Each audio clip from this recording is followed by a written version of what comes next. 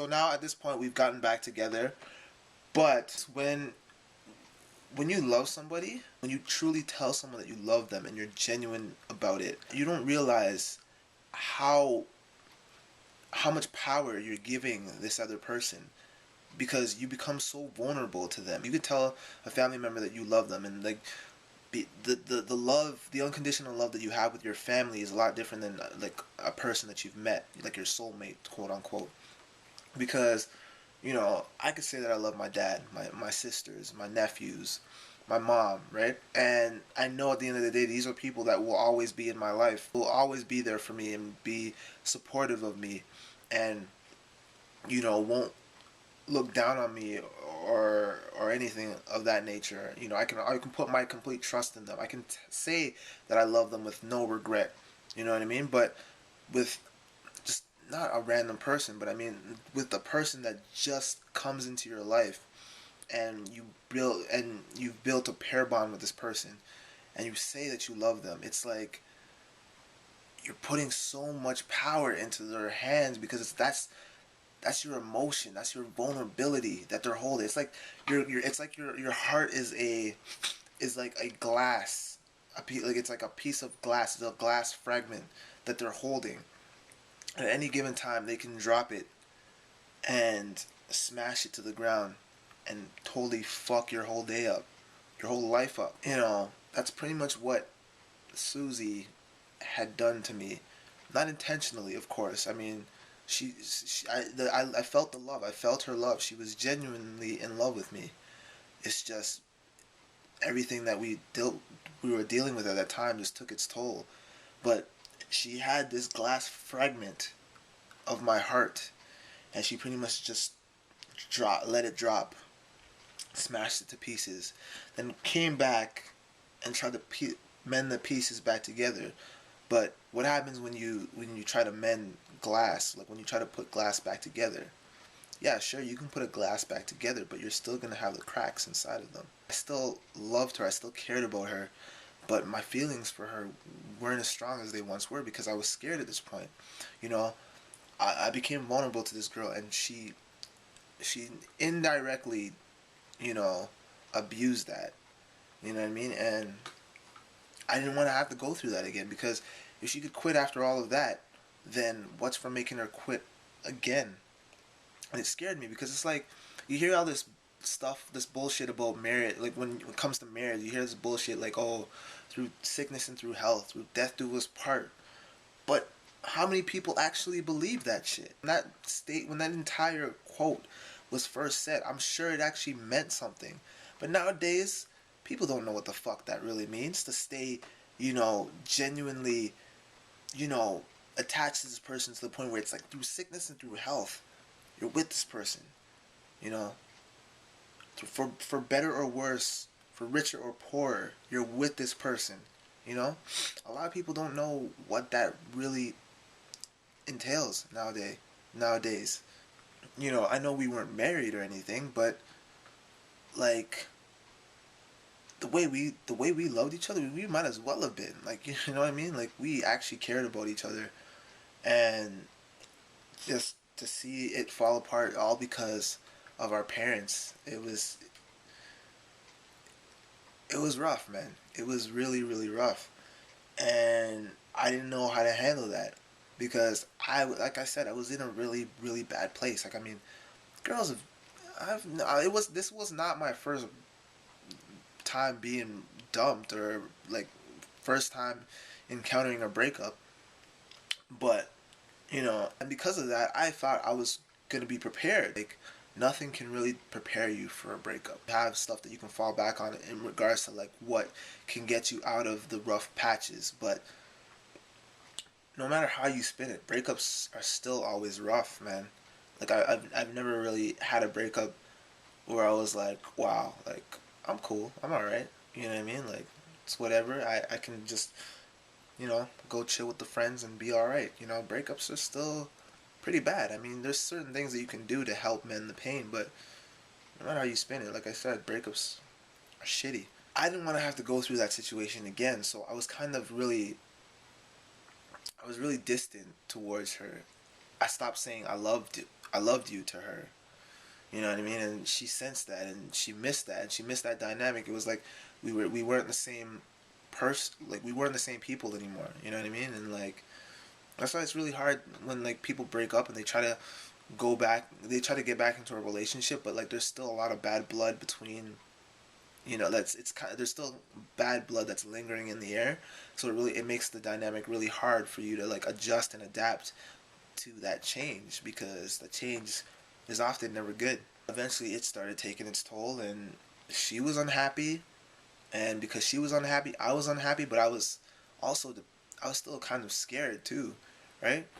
And again, same things. It was the insecurities and the issues with the parents and stuff, and then it just got to the point where we just realized. Eventually we came to terms we came to terms with the fact that it just wasn't gonna work, and yeah, we decided that was the time when we were just like, we gotta call it quits. We actually broke up on Thanksgiving. You know when you break up with somebody and then you have to like go through that whole ordeal of like changing the Facebook status and stuff, and like, you know, when you change the Facebook status, that's when you know that it's fucking over. Like, you know, because Facebook is kind of a big deal when it comes to relationships. You know, we removed each other off Facebook, and I went from being, you know, I changed my status to single. Well, actually, I changed my status to nothing, because I don't. After that situation, I made a vow never to put my relationship business out there or anything like that. That's I don't even really talk about my relationships in regards to who I'm dating or whatever like that on my vlogs or anything like that, because, you know, there's certain elements of my life that I still like to keep relatively private, just for the sake of like, if I need to mourn, I don't want to have the whole online community, you know, badgering me and like, you know, like, oh, what's wrong, or, you know, like, you know what I mean, like I know a lot of you guys mean well, but some people are just kind of in it for just the gossip. Ever since then, that this whole situation has made me realize that like every relationship that I've been in, even if it ends, like I should never have any regrets. Always learn from mistakes and success, and, you know, just things that are in between, just, you know, everything. I mean, Suzy, she taught me so much, you know, within the relationship and after the relationship. You know, I started off with like no aspirations for any of this really, and just to see where it's come and to see the growth, and like to gain all these followers who actually care about what I want to say. You know, I'm sure there's gonna be at least 3 of you who will sit through this entire video and watch it from start to finish, because you guys are actually genuinely interested in what I have to say.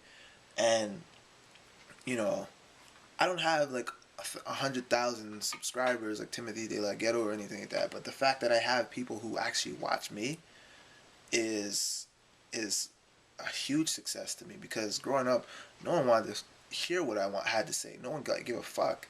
You know what I mean? So I just kept to myself a lot of the times. Now, I've had YouTube's give me this outlet to express myself and and connect with you guys, and, you know, I think that's great success all in itself. And I mean, I owe a lot of that success to Suzy, because she made me realize my true potential, because I always used dancing as a way to either communicate, or dancing was pretty much all I was good at.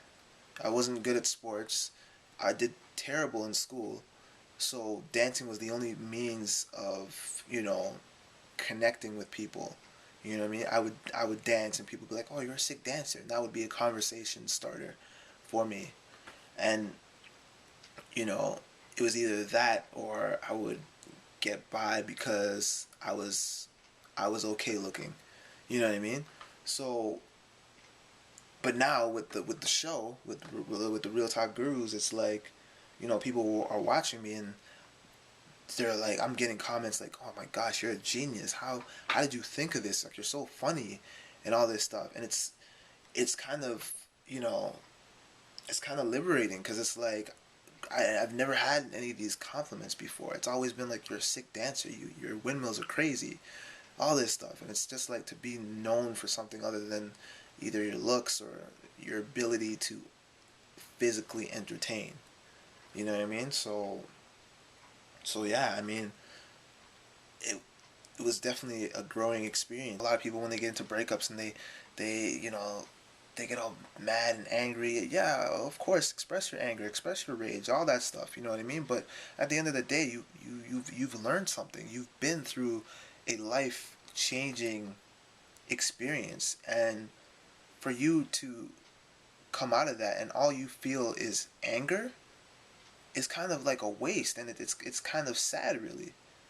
I mean, even if you're like, even if you just got like a domestically violent relationship, you could still learn something from that. I mean, that could help you develop into a stronger woman. Sadly, I would hate for you to have to become a strong woman because of the fact that you were abused by another man. But you know, even still, I feel as though I've developed so much as a man because of that whole situation. Me and Suzy, we're still cool. I mean, we're not Facebook friends cool, but me and her, we still talk every now and again. And I mean, she watches some of my videos, and she's very supportive of what I do and everything like that. Like, it's all love there, man. And sometimes that's just the way you gotta kick it. I mean, I know at the end of the day that her and I probably won't ever work. You know what I mean? But that's not to say that I still can't have respect and love for her, which I do. I have the utmost respect and love for her. I want her to do good things, and it's the same with all of my other relationships, because it's not like I break up with these girls and like I have hate for them. It's just respect and love there. So yeah, I mean, that's my long ass story of it all. I hope I addressed all the questions that you guys had.